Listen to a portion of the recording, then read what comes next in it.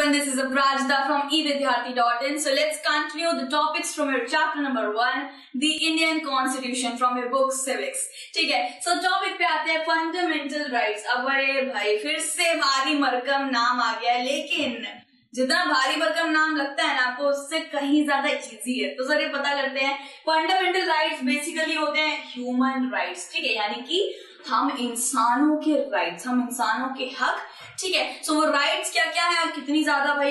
पहली बात ही जान लीजिए, वो राइट्स हमारे लिए बहुत महत्वपूर्ण है और हर एक इंसान को जान के रखना चाहिए कि भाई हमारे पास 6 फंडामेंटल राइट्स हैं जो कभी भी किसी से भी झुकलाए नहीं जा सकते हैं, सिर्फ कॉन्स्टिट्यूशन में चेंज हो सकते हैं. ठीक है, so guarantees the right of individuals. ठीक है, against the state as well against the individuals. ठीक है, guarantees the right of individual. ठीक है, हम इंडिविजुअल का ये राइट है जिसको कहा जाता है फंडामेंटल राइट्स, एंड उसको भाई स्टेट भी कभी नहीं झुकला सकता है. ठीक है, और कोई भी इंसान आके मेरे राइट्स को झुकला नहीं सकता, ना ही उसको दबा सकता है. मेरे पास मेरे खुद के राइट्स हैं, उसके पास भी उसके खुद के राइट्स हैं.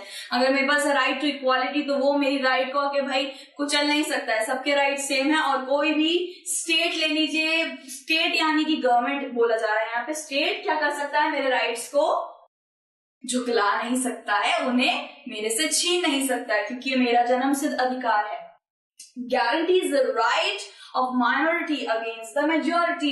यानी कि फंडामेंटल राइट्स में क्या है, मेजॉरिटी कभी भी माइनॉरिटी के ऊपर भाई भारी भरकम ना हो जाए, यानी कि डोमिनेट ना करे उसे, यानी कि नीचा ना दिखाए.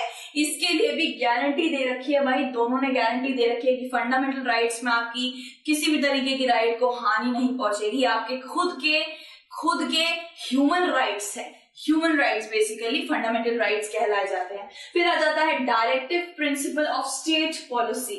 ठीक है, directive principle of state policy, फिर से एक भारी भरकम नाम आ जाता है. देखिए क्या है, ये सरल है काफी.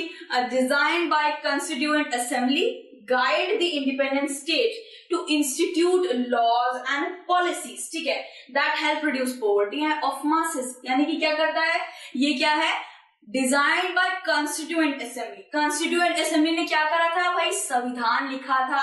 आप तो जानते हैं कॉन्स्टिट्यूएंट असेंबली ने क्या किया था, उन्होंने एक चीज और बनाई थी जो थी directive principle of state policy. ये एक पॉलिसी है, कॉन्स्टिट्यूएंट असेंबली ने बनाई थी. किस लिए बनाई थी, इंडिपेंडेंट स्टेट जो होते हैं ना, अलग अलग इंडिपेंडेंट स्टेट होते हैं, उनको क्या करना है, उनको इंस्टीट्यूट करना है लॉज. यानी कि कुछ ऐसे लॉज उनको देती है, इंडिपेंडेंट स्टेट को कुछ ऐसे लॉज देती है जो पॉवर्टी को रिड्यूस करे. ठीक है, और भाई तरकीबें और इंफॉर्मेशन भी देती है जिससे पॉवर्टी रिड्यूस हो पाए. किसको देती है, इंडिपेंडेंट स्टेट को. ठीक है, ये पॉलिसी इसी के ऊपर है कि पॉवर्टी यानी कि हमारे मासेस से पॉवर्टी हट पाए. किसने बनाई है, कॉन्स्टिट्यूएंट असेंबली ने ये चीज बनाई है, directive principle of state policy. ठीक है, फिर आ जाते हैं सेकुलरिज्म में. भाई सेकुलरिज्म आपको पता ही होगा. यहाँ पे एक छोटा सा देखिए, यहाँ पे एक छोटी सी खूबसूरत सा एक जिफी दे रखा है भाई. यहाँ पे अलग अलग धर्म दिखा रहे हैं, अलग अलग शक्लें दिखा रहे हैं. इसका मतलब ही आ जाता है इंडिया है. भारत एक ऐसा देश है जहाँ पे डाइवर्सिटी बहुत है, जहाँ पे बहुत अलग अलग तरीके के धर्म हैं, फेस्टिवल्स हैं, ओकेजन हैं. ठीक है, सो सेकुलरिज्म का मतलब जरा पता करते हैं. The state does not promote anyone religion as a state religion. यानी कि अगर मेरा कोई भी धर्म हो तो उसमें स्टेट यानी कि गवर्नमेंट कभी भी दखल नहीं देगा, कभी भी पॉलिटिक्स को, मेरे धर्म को लेके नहीं आएगा पॉलिटिक्स में. ठीक है, मेरा धर्म बिल्कुल मेरा रहेगा, मुझे अधिकार है अपना धर्म रखने का. साथ ही साथ क्या, कोई भी उसमें दखल नहीं दे सकता या फिर उसका गलत इस्तेमाल नहीं कर सकता. ये कॉन्स्टिट्यूशन में दर्ज है, इसको कहा जाता है सेकुलरिज्म. फिर जरा फंडामेंटल राइट्स देख लेते हैं. हमारे 6 फंडामेंटल राइट्स हैं.